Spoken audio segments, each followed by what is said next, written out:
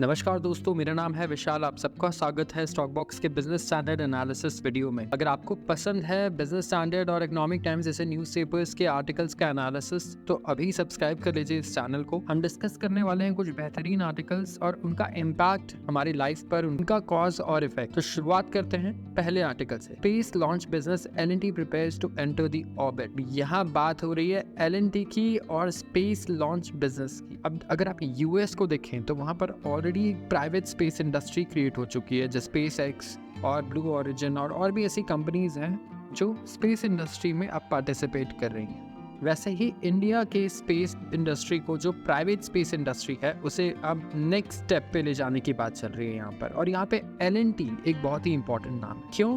क्योंकि देखिए, अभी चंद्रयान 3 मिशन था, यहाँ पर भी L&T, लार्सन एंड टूब्रो ने बहुत ही इम्पोर्टेंट रोल प्ले किया है। और अब ये यहाँ से शुरुआत करने के बाद कमर्शियल सैटेलाइट लॉन्च बिजनेस में आना चाहता है और ये बिड कर रहा है transfer of technology of small satellite launch vehicle, जिसे डेवलप किया था ISRO ने। According to senior company executives, L&T चाहता है कि ISRO जो है ये टेक्नोलॉजी का ट्रांसफर करे L&T को। जो स्मॉल सैटेलाइट लॉन्च व्हीकल की टेक्नोलॉजी है, ये उसकी बात चल रही है यहाँ पर। और ऐसे जो ट्रांसफर ऑफ SSLV टेक्नोलॉजी होगा, ये फर्स्ट ऐसा एग्जाम्पल होगा इन द वर्ल्ड जहाँ पे एक स्पेस एजेंसी अपना पूरा टेक दे रही है लॉन्च व्हीकल का टू प्राइवेट सेक्टर। अभी तक ऐसा कभी भी नहीं हुआ है पूरी दुनिया में, as per this article. L&T ने ऑलरेडी सिक्योर किया है एक 860 करोड़ रुपीस का डील, जहाँ पे वो एक पार्ट है कंसोर्टियम का, जिसमें हिंदुस्तान एरोनॉटिक्स लिमिटेड भी आता है, जहाँ पे एंड टू एंड प्रोडक्शन होगा पोलर सैटेलाइट लॉन्च व्हीकल्स का, PSLVs। तो यहाँ पर अभी एक बिल्कुल नई शुरुआत हो सकती है प्राइवेट स्पेस इंडस्ट्री की। और यहाँ पे आप देखेंगे L&T का, अगर आप स्टॉक प्राइस भी देखें तो इस वक्त लाइफ हाई के पास चल रहा है एंड रुकने का नाम नहीं ले रहा है। हर महीने अगर आप देखेंगे तो नया हाई बनाया जा रहा है L&T का स्टॉक प्राइस। तो इन्वेस्टर्स ज़रूर इस चीज़ को भी फैक्टर इन कर रहे हैं कि किस तरीके से L&T जैसे सारे बड़े बड़े प्रोजेक्ट्स इंडिया में कितना सक्सेसफुली ले लेता है, टेंडर्स जीत लेता है और उसके बाद इम्प्लीमेंट भी करता है बहुत अच्छे से। वैसे ही अब जो स्पेस से रिलेटेड जो प्रोजेक्ट्स आएंगे, वहाँ भी L&T इसी तरीके की परफॉर्मेंस दिखाएगा। अपने शेयर होल्डर्स की तो एक्सपेक्टेशंस यही होगी L&T की। तो देखते हैं आगे किस तरीके से इस सेक्टर में डेवलपमेंट्स होते हैं और कौन कौन सी कंपनीज हैं जो इसका पूरा फ़ायदा उठा पाती हैं और इसमें एज ले पाती हैं बाकी कंपनीज के अगेंस्ट। आते हैं अगले आर्टिकल पर। यह है India FTA, Sunak faces questions over wife's Infy share. अब ऋषि सुनक, आप देखें, प्राइम मिनिस्टर हैं इंग्लैंड के, और इनकी जो वाइफ है ये नारायण मूर्ति की बेटी भी है, जो हमारे इन्फोसिस, इंडिया की सबसे बड़ी IT कंपनीज में से एक है, उनके फाउंडर की बेटी है, जिनकी शादी हुई है वहाँ के प्राइम मिनिस्टर से। और इसकी वजह से उन्हें कुछ दिक्कतें आ रही हैं। क्या दिक्कतें आ रही हैं? यहाँ पर ट्रांसपेरेंसी को लेके कुछ सवाल आ रहे हैं उनके पास, क्योंकि आप देखें कि यहाँ पर इंडिया के साथ एक फ्री ट्रेड अग्रीमेंट प्रपोज किया गया है जो इंग्लैंड और इंडिया के बीच में होगा। अब यहाँ पर फ्री ट्रेड एग्रीमेंट जब होगा, ऑफ कोर्स, तो हो सकता है उससे इनडायरेक्टली इनकी वाइफ के जो शेयर्स हैं, क्योंकि काफ़ी अच्छे हैंडसम अमाउंट ऑफ शेयर्स हैं उनके पास इन्फोसिस के, तो उन्हें कुछ इनडायरेक्टली फ़ायदा ना पहुँचे। तो यहाँ पर जो अपोजिशन है वहाँ की, लेबर पार्टी और ट्रेड एक्सपर्ट्स, वो चाहते हैं कि एक फुल फाइनेंशियल इम्पैक्ट जो है ये कैलकुलेट किया जाए, क्योंकि इन्फोसिस जो है उसको भी इससे फ़ायदा ज़रूर होगा, क्योंकि ओवरऑल सारी IT कंपनीज़ को अगर फ्री ट्रेड एग्रीमेंट होता है इंडिया और UK के बीच, तो फ़ायदा होना ही होना है।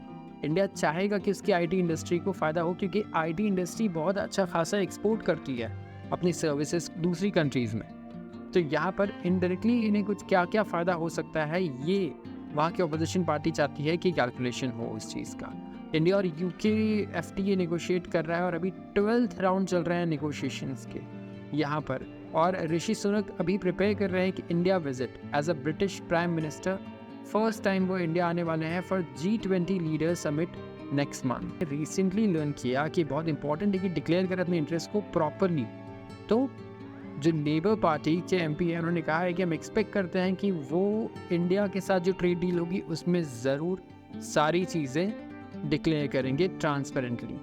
और कोई भी चीज़ ऐसी छुपी नहीं रहनी चाहिए जो इम्पॉर्टेंट हो लोगों के लिए, जो सिग्निफिकेंट हो, जैसे कि कोई फ़ायदा पहुंचना है, कोई नुकसान होना प्राइम मिनिस्टर के पर्सनल एसेट्स पे या उनकी वाइफ के पर्सनल एसेट्स पे।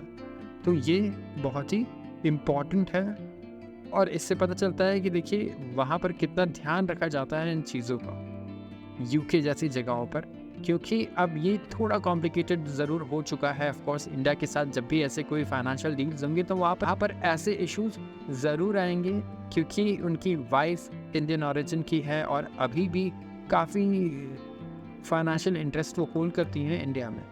तो ये एक इशू आगे हमेशा रहने वाला है।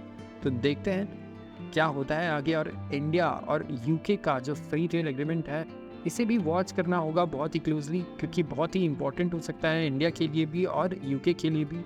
यहाँ पर टेक्नोलॉजी की बात चल रही है, जैसे कि आर्टिफिशियल इंटेलिजेंस और इंफॉर्मेशन टेक्नोलॉजी, दूसरी जो सेक्टर्स हैं वहाँ पर भी इंडिया और यूके कैसे कोऑपरेट कर सकता है ताकि उन दोनों का फ़ायदा और दोनों के बिजनेस अच्छे से ग्रो कर पाएँ। क्योंकि देखिए यहाँ पर दोनों के कुछ कॉमन एनिमीज़ भी हैं, कॉमन चैलेंजेस भी हैं। तो यहाँ पर इन दोनों के बीच में एक फ्री ट्रेड एग्रीमेंट होना बहुत ही ज़्यादा फ़ायदेमंद होगा दोनों कंट्रीज़ के लिए। सो लेट्स सी आगे क्या होता है। अगला आर्टिकल है कि America brings in AI robot for aerial combat. अब ये एक लेटेस्ट डेवलपमेंट है डिफेंस सेक्टर में। एक एआई रोबोट लेकर आया है अमेरिका एरियल कॉम्बैट के लिए। ये इसे पावर किया जाता है, ये फ्लाइट में आता है रॉकेट इंजन से और equal to the width of China ये इतना डिस्टेंस कवर कर लेता है जितना चाइना का विथ है। स्टेल्थी डिज़ाइन है, मिसाइल्स कैरी कर सकता है और एनिमी टारगेट्स को हिट कर सकता है जो कि उसकी विजुअल रेंज से भी बाहर है। मतलब जिस टारगेट को वो देख नहीं सकता वो उसे भी हिट कर सकता है मिसाइल से। और आप ये देखिए कि ये बिल्कुल पायलटलेस है। XQ-58A वैल्कायर एक एक्सपेरिमेंटल एयरक्राफ्ट है जिसे रन करता है आर्टिफिशियल इंटेलिजेंस। इसमें कोई पायलट नहीं है। और यहाँ पर देखिए यूएस मिलिट्री अभी एक्सपेरिमेंट कर रही है इसके साथ, और यहाँ पर वो चाहती है कि वो एआई टेक्नोलॉजी, आर्टिफिशियल इंटेलिजेंस है, इसकी कैपेसिटी को पूरी तरीके से हार्नेस कर पाए। और यहाँ पर आप देखेंगे कि बहुत सारे पोटेंशियल बेनिफिट्स हैं। आप अपने जेट फाइटर्स को उड़ा पा रहे हैं और मैन्यूवर्स भी कर पा रहे हैं विदाउट अ पायलट। बट इससे काफ़ी लोगों को डर भी लग रहा है कि अगर इतना ऑटोनमस होना किसी वेपन के लिए क्या ये सही है। अगर आप नेक्स्ट जनरेशन ड्रोन देखिए वैल्कायर, तो एक प्रोटोटाइप है फॉर व्हाट जो एयरफोर्स होप कर रही है वहाँ की, कि एक नई फ्लीट बनेगी और रिप्लेस करेगी ट्रेडिशनल फाइटर जेट्स को, जहाँ पे जो ह्यूमन पायलट्स हैं उनके साथ ये ड्रोन उड़ा करेंगे और ये ऑटोनमस होंगे। तो मान लीजिए एक जेट फाइटर है, उसके साथ 2 लेफ्ट में 2 राइट में ऑटोनमस ड्रोन्स उड़ रहे होंगे जो उसकी हेल्प कर रहे होंगे, चाहे डिफेंस में, अटैक्स में या इंफॉर्मेशन शेयरिंग में, किसी भी चीज़ में। और ये एआई रन कर रहे होंगे, बिल्कुल ऑटोनमस होंगे। इस तरीके का सिस्टम वहाँ की जो एयरफोर्स है वो बनाना चाहती है और हमें देखना होगा कि ये किस तरीके से ये आगे डेवलप होता है, क्योंकि ये बहुत ही बड़ा एडवांटेज देगा यूएस मिलिट्री को और एयरफोर्स को। आप सोचिए अगर ये जेट फाइटर जैसे सोफिस्टिकेटेड डिवाइसेस को विदाउट किसी ह्यूमन हेल्प के अगर मैन्यूवर कर पाएंगे, तो जितनी भी वेपन्स हैं, चाहे टैंक्स हो या और दूसरे वेपन्स, हर जगह ये आर्टिफिशियल इंटेलिजेंस यूज़ होना शुरू हो जाएगा और ऑटोनमी आ जाएगी सारे वेपन्स में।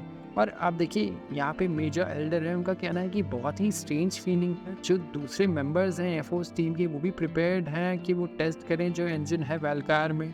और ये देखकर बहुत अजीब लगता है कि जब वो इसमें बैठे होते हैं और कुछ नहीं कर रहे होते, वो अपने आप सारे डिसीजंस खुद ले रहा होता है एक जेट फाइटर। तो ये बहुत ही वियर्ड फीलिंग है, बहुत ही स्ट्रेंज फीलिंग है, क्योंकि ह्यूमन बीइंग नहीं है ये। अगर आप देखिए इसे तो ऑफ कोर्स ये कंप्यूटर प्रोग्राम है और ये सारे डिसीजंस अगर ले रहा है तो ऑफ कोर्स यहाँ पर कई लोगों को डर भी लगेगा कि ऐसा ना हो कि कुछ ऐसे डिसीजंस ले जो ह्यूमन बींग्स के अगेंस्ट है, या इसमें अगर कोई दिक्कत आ जाए तो हम इसे क्या रोक पाएंगे।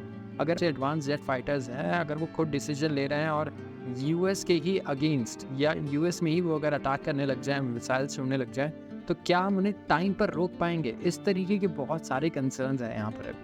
बट ऑफ कोर्स इस चीज़ को वहाँ की एयरफोर्स और मिलिट्री ने भी ज़रूर सोचा होगा और इस पे बहुत ध्यान दिया जा रहा होगा कि कहीं ये बैकफायर ना